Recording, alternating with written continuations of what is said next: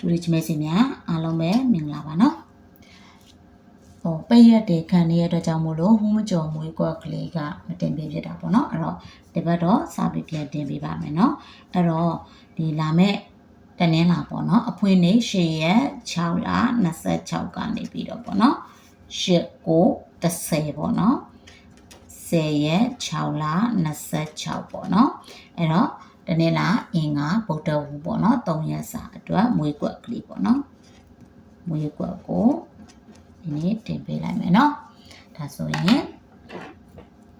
စပြီးတော့ကြည့်ပြပါအောင်နော်နေ့တိုင်းကိုတော့မနေ့ဖြန်မနေ့ခင်းစောစောလေးမှာတင်ပေးလိုက်မယ်နော်ဗီဒီယိုကိုအရင်နီးနေမှာဆိုလို့ပေါ့နော်ဒါဆိုလို့ရှိရင်အခုကီးကိုအရင်ဦးဆုံးသွားကြမယ်နော်ကီးကကျတော့ဒီမှာရှိတာ3ဒီမှာရှိတာ3ဒီမှာရှိတာခွန်ပေါ့နော်ကဏ္ဍက3လုံးပေါင်းမယ်နော်3ခွန်ပေါင်းရင်3ညဖြောင်းရင်ပေါင်းလိုက်မယ်3ညနဲ့ဒီမှာ3နဲ့ပြန်ပေါင်းတော့ပေါင်းခြင်းကဒီမှာ3ဆိုပြီးတော့ရတယ်နော်3ပါဝါက8နက္ခတ်က9ပေါ့နော်385ကီးဆိုပြီးတော့ရထားတယ်เนาะဒါကီးပေါ့เนาะဒါဆိုရင်ညီမတို့ကို break လေးကိုသွားရအောင်เนาะ break ဖမ်းကြည့်ပါမယ် break ကကြတော့ဒီမှာရှိတဲ့3ရယ်ဒီမှာခွန်ရယ်ထပ်ပြီးတော့မဝိုင်းပြတော့ဘူးเนาะကီးမှာဝိုင်းထားတဲ့အတွက်ကြောင့်မလို့ရှုပ်သွားမှာဆိုလို့3ရယ်ခွန်ရယ်နှလုံးပေါင်းတော့ညီမတို့ပါရလဲပေါင်းခြင်းက3ညဆိုပြီးရတယ်3နဲ့9နဲ့ပေါင်းတော့3ညเนาะပါဝါကကြတော့9နက္ခတ်ကကြတော့ခွန်3ည9ခွန်ဆိုပြီးတော့ break က3လုံးရထားတယ်ရပြီเนาะဒါဆိုလို့ရှိရင်ခဏလေးထုတ်ကြည့်မယ်เนาะ3ကိုဒီမှာ3ကီ3ည break နဲ့ဆိုတော့ခွန်နဲ့ပေါင်းမှာပေါ့3နဲ့ခွန်နဲ့ပေါင်းရင်3ညဟုတ်ပြီเนาะအဲ့တော့3ကိုကြည့်ပြီးဆက်သွားရအောင်เนาะ5 break ဆိုတဲ့အတွက်ကြောင့်မလို့3နဲ့2နဲ့ပေါင်းရင်5 break ဟုတ်ပြီเนาะ3ကိုဒီခါ9 break ဆိုတော့3ရဲ့4ရဲ့ပေါင်းရင်ခွန်ပေါ့နော်9 break ရသွားပြီဒါဆို3ပြီးသွားတဲ့အတွက်ကြောင့်မှ8ကိုဆက်သွားမယ်8ရောက်သွားပြီ8မှာ3ည break ဆိုတဲ့အတွက်ကြောင့်မလို့8နဲ့2နဲ့ပေါင်းရင်3ညရမယ်ဟုတ်ပြီနော်နောက်တစ်ခါ8ကီကိုအရင်သွားပါမယ်5 break ဖြစ်ချင်တော့8ခွန်8နဲ့ခွန်နဲ့ပေါင်းရင်5ပေါ့နော်အဲ့တော့ဒီခါ8ကီကိုမှ9 break ဖြစ်ချင်တယ်ဆိုတော့8နဲ့9နဲ့ပေါင်းရင်ပေါင်းခြင်းခွန်ရဟုတ်ပြီနော်ဒါဆိုခု5ကီကိုဆက်သွားပါမယ်နော်5ကို3ည break ဖြစ်ချင်တော့5နဲ့5နဲ့ပေါင်းရင်3ညပါနော်အဲ့တော့5ကို5 break ဖြစ်ချင်တယ်ဆိုတော့5နဲ့3ညနဲ့ပေါင်းရင်5ပါနော်အဲ့တော့5ကို9 break ဖြစ်ချင်တာပြီဆိုတော့5ရဲ့2ရဲ့ပေါင်းရင်ပေါင်းခြင်းခွန်ပေါ့ဟုတ်ပြီနော်ဒါဆိုရင်ညီမတို့ထွက်ကဏ္ဍလေးနဲ့တစ်ချက်တိုက်ကြည့်ပါမယ်နော်အဲ့တော့ဒီမှာ3ရက်စာထွက်တဲ့ကဏ္ဍလေးတွေရေးပေးထားတဲ့6ကွက်ပေါ့နော်အဲ့တော့တိုက်ကြည့်အောင်နော်ဒီမှာ20ထွက်ပါတယ်နော်20ခွန်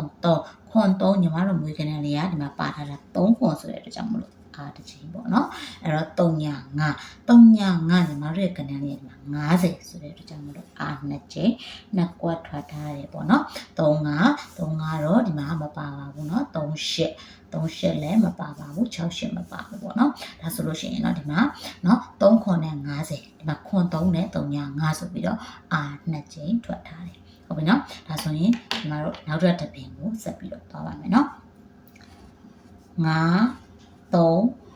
5 ပါနော်အဲ့တော့ဒီမှာ9နဲ့9နဲ့ပေါင်းရင်3ည3နဲ့ပေါင်းရင်3ပေါ့နော်ပေါင်းခြင်း3လွယ်အောင်လို့အရင်ပေါင်းလိုက်တာပေါ့နော်ဒါဆိုရင်3ပါနော်3ပါဝါက8ပါနော်3ပါဝါ8 3နက်ကက9 385ကီဆိုပြီးတော့ထပ်ပြီးတော့ရထားတယ်ဒါဆိုရင် break လေးကိုသွားရှာမယ်ဆိုတော့3ရဲ့ပေါ်ကပင်တိုင်းဆိုရင်ပေါ့နော်3နဲ့3နဲ့နှလုံးပေါင်းတော့ညီမတို့ပါရတယ်ပေါင်းခြင်း6နော်6ရဲ့ပါဝါက1 6ရဲ့နက်ကက9 6 9 break ဆိုပြီးတော့ break ကလည်း3လုံးရထားတယ်ပေါ့နော်ဒါဆိုရင်ညီမတို့ကိုသွားပါမယ်နော်ဒီမှာ3ကီ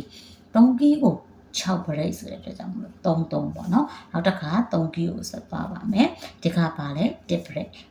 ဆိုတော့38နှလုံးပေါင်းရင်1ဟုတ်ပြီနော်ဒါဆိုရင်3ကီကိုဒီမှာကကျတော့9 break 36ပေါင်းရင်ပေါင်းခြင်း9ရမယ်ဟုတ်ပြီနော်ဒါဆို3ပြီးသွားပြီညီမတို့8သွားကြမယ်ဟုတ်ပြီနော်8ကိုမှ6 break ဖြစ်ချင်တော့8နဲ့8နဲ့ပေါင်းရင်6ရမယ်8ကိုမှ1 break ဆိုတော့8နဲ့3နဲ့ပေါင်းရင်1ဖြစ်မယ်နော်8ကိုမှ9 break ဆိုတော့8နဲ့1နဲ့ပေါင်းရင်ပေါင်းခြင်း9ဆိုပြီးတော့ရထားမယ်ဟုတ်ပြီနော်ဒါဆိုရင်တက်က5ကိုသွားပါမယ်နော်5ကို6 break ဆိုတော့9နဲ့1နဲ့ပေါင်းရင်6ရပါမယ်เนาะ5ကို1 break ဆိုတော့9နဲ့6နဲ့ပေါင်းရင်1ရမယ် 9ကို6 break ဆိုတော့9နဲ့4နဲ့ပေါင်းရင်ပေါင်းချင်း9ဆိုပြီးတော့ရထားတယ်ဟုတ်ပြီနော်ဒါဆိုရင်ညီမတို့ဒီဘက်ကနော်3ရက်ထွက်တဲ့ကဏ္ဍ6ကွက်နဲ့တစ်ချက်လောက်တိုက်ကြည့်အောင်เนาะဘယ်ကဏ္ဍလေးပါမလဲလို့ပေါ့เนาะအဲ့တော့8ခွန်ကတော့ဒီမှာမပါပါဘူးเนาะအဲ့တော့9လေးဒီမှာ9လေးဆိုပြီးတော့သူကတော့ထဲပေါ့เนาะပါပါတယ်နောက်တစ်ခါဒီမှာ8အဲ့ဆိုရင်8ပေါ့เนาะတစ်ချိန်ပါပါတယ်ပြီးရင်80မပါပါဘူးเนาะနည်းလေးမပါဘူးခွန်9မပါဘူးဟုတ်ပြီเนาะဒီမှာကျတော့သူကတော့ဒီချိန်မှာဆိုရင်ထဲ2ချိန်အောင်ထားတယ်ပေါ့เนาะဒါဆိုရင်ညီမတို့ဆက်သွားရအောင်เนาะနောက်တစ်ပတ်စာ8ကဲခွန်ရ3ညရေညီမတို့ဒီခါ3လုံးပေါင်းမယ်8ခွန်ပေါင်းတော့9 3ညနဲ့ထပ်ပေါင်းတော့လေပေါင်းချင်းကပါရမလဲ9ရမယ်9ရဲ့ပါဝါက3ညပါ9ရဲ့နက်က3ပါ9 3ည3ကီးဆိုပြီးတော့ညီမတို့ရထားတယ်ဟုတ်ပြီနော်ဒါဆိုရင်အခု break လေးကိုသွားမယ်ခွန်ရလေးရနော်ပေါ်ကမူတိုင်းဆိုခွန်လေးနှလုံးပေါင်းတော့ညီမတို့ပေါင်းချင်းက1ရထားတာ1ရဲ့ပါဝါက6 1ရဲ့နက်က8ပေါ့နော်1 6 8 break ဆိုပြီးတော့ရထားပါတယ်နော်ဒါဆိုရင်အခုခဏလေးတွေတွဲကြည့်အောင်နော်9ကီးကိုအရင်သွားပါမယ်9ကီးကိုညီမတို့1 break ဖြစ်ချင်တာဆိုတော့9နဲ့6နဲ့ပေါင်းချင်း1ရမှာပေါ့နော်အဲ့တော့9ကီးကို6 break ဖြစ်ချင်တာဆိုတော့9နဲ့1နဲ့ပေါင်းရင်6ဖြစ်ပါမယ်နော်9ကီးကို10 break ဆိုတော့9နဲ့3နဲ့ပေါင်းရင်10ဖြစ်ပါမယ်နော်ဒါဆိုရင်3ညာကီးနော်3ညာကီးဆိုရင်တော့လွယ်ပါတယ်နော်အဲ့တော့3ညာနဲ့ဒီကဏ္ဍနဲ့ပဲတွဲမှာပေါ့နော် break ဖြစ်ချင်တာဆိုတော့အဲ့တော့3ညာကီးကို1 break နော်3ညာကီးကို6 break 3ညာကီးကို10 break ဆိုတော့ဒီကဏ္ဍလေးတွေရထားမယ်ပေါ့နော်ဒါဆိုရင်3ကီးကိုဆက်သွားပါမယ်3ကိုညီမတို့က1 break ဖြစ်ချင်တော့3နဲ့8နဲ့ပေါင်းရင်1ပေါ့နော်အဲ့ဒါက3ကို6ဖြစ်ချင်တော့3နဲ့3နဲ့ပေါင်းရင်6ရမယ်3ကို8ဖြစ်ချင်တော့3နဲ့5နဲ့ပေါင်းရင်8ဆိုပြီးတော့ရထားမယ်ဟုတ်ပြီနော်ဒါဆိုရင်အမှာ3ရက်စာထွက်တဲ့ပေါ့နော်6ချိန်ကဏ္ဍလေးနဲ့တိုက်ကြည့်အောင်နော်6ကွာပေါ့နော်4နဲ့ပါပါဘူးเนาะဒီမှာ4မပါဘူး60ဆိုတဲ့ကြောင့်မို့ဒီမှာက3ည6ထွက်တာတစ်ချိန်ပေါ့เนาะ3ည2နဲ့လည်းမပါပါဘူး90လည်းမပါဘူးပေါ့เนาะဒီမှာပြီးတော့65เนาะ65ဆိုတဲ့အတွက်ကြောင့်မို့လို့ဒီမှာ65လည်းမပါဘူးပေါ့เนาะ3ည6လည်း3ည6ဆိုတော့3ည6 60อ่ะ2ချိန်ထွက်တာပေါ့เนาะအဲ့တော့သူကတစ်ချိန်ဒဲတစ်ချိန်ပေါ့เนาะ3ည6က2ချိန်ဆင်းသွားတော့3ည6ပါတာပေါ့နော်ဒါဆိုလို့ရှိရင်အခုလာမဲ့ဘက်အတွက်ကဏ္ဍလေးကိုထုတ်ကြည့်ပါမယ်နော်ခုလာမဲ့ဘက်တော့မွေးကဏ္ဍလေးက2 9 3ညဆိုပြီး3လုံးပေါင်းပါပါ2နဲ့9နဲ့ပေါင်းတော့1 3ညနဲ့ထပ်ပေါင်းတော့ညီမတို့ပေါင်းခြင်း1ဆိုပြီးရထားမယ်ပါဝါက6နက်က8 1 6 8ပြီးပါနော်ဒါဆိုလို့ရှိရင်ညီမတို့ခုနော် break လေးကိုသွားမယ်6 3ညနှလုံးပေါင်းတော့ပေါင်းခြင်းက9ပါဝါက4နက်က6 break ကတော့9 4 6ဆိုပြီးတော့ရှာတွေ့ထားပါတယ်เนาะဒါဆိုရင်ညီမတို့ကိုကဏ္ဍလေးထုတ်ကြည့်အောင်เนาะဒါမဲ့ပတ်တော့ပေါ့เนาะအဲ့တော့မွေးကဏ္ဍလေးတော့ပါမယ်เนาะဒီမှာတစ်ကီးကိုညီမတို့6 break ဖြစ်ချင်တော့1နဲ့8နဲ့ပေါင်းရင်9ပေါ့เนาะနောက်တစ်ခါတစ်ကီးကိုသွားမယ်4 break ဖြစ်ချင်တော့1နဲ့3နဲ့ပေါင်းရင်4နောက်တစ်ခါတစ်ကီးကို6 break ဖြစ်ချင်တော့1နဲ့5နဲ့ပေါင်းရင်6ပေါ့เนาะနောက်တစ်ခါ6ကီးကိုသွားမယ်6ကီးကို9 break ဖြစ်ချင်တော့6 3 6ကီးကို4 break ဖြစ်ချင်တော့6 8ပါ6ကီးကို6 break ဖြစ်ချင်တော့60ပေါ့เนาะဒါဆိုရင်ကိုဆက်ပြီးတော့သွားပါမယ်เนาะ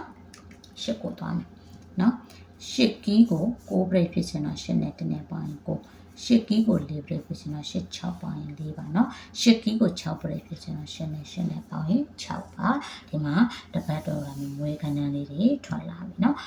ဒါကတစ်ပတ်စာမွေးရမယ်မွေးကဏ္ဍလေးပါအဲ့ထဲမှာအကြိုက်ဆုံးကတော့ညီမစိတ်ထင်ပေါ့ဒီမှာကြည့်အောင်ဒီမှာเนาะ3 6 9 12ရက်ရှိပြီတစ်ဒီလုံးဝပြောင်းနေတယ်เนาะအဲ့တော့တစ်ပါတဲ့ကဏ္ဍလေးတွေကိုတော့ဦးစားပေးပြီးတော့မွေးမယ်ဟုတ်ပြီနော်6တို့8တို့ကတော့ဆင်းနေတာပဲဟုတ်ပြီနော်တက်ကပြောက်တာတော်တော်လေးကိုကြာနေပြီဟုတ်ပြီနော်တက်ကြောင်မလို့တက်ကိုတော့ပို့ပြီးဦးစားပေးပြီးကစားမယ်ကျန်တဲ့ကဏ္ဍလေးလည်းမွေးမှာပါနော်မွေးခဏကတော့အလုံးကစားကြတာပါဒါကတော့ညီမကြိုက်တာညီမထင်တာပေါ့နော်ညီမရဲ့အယူဆ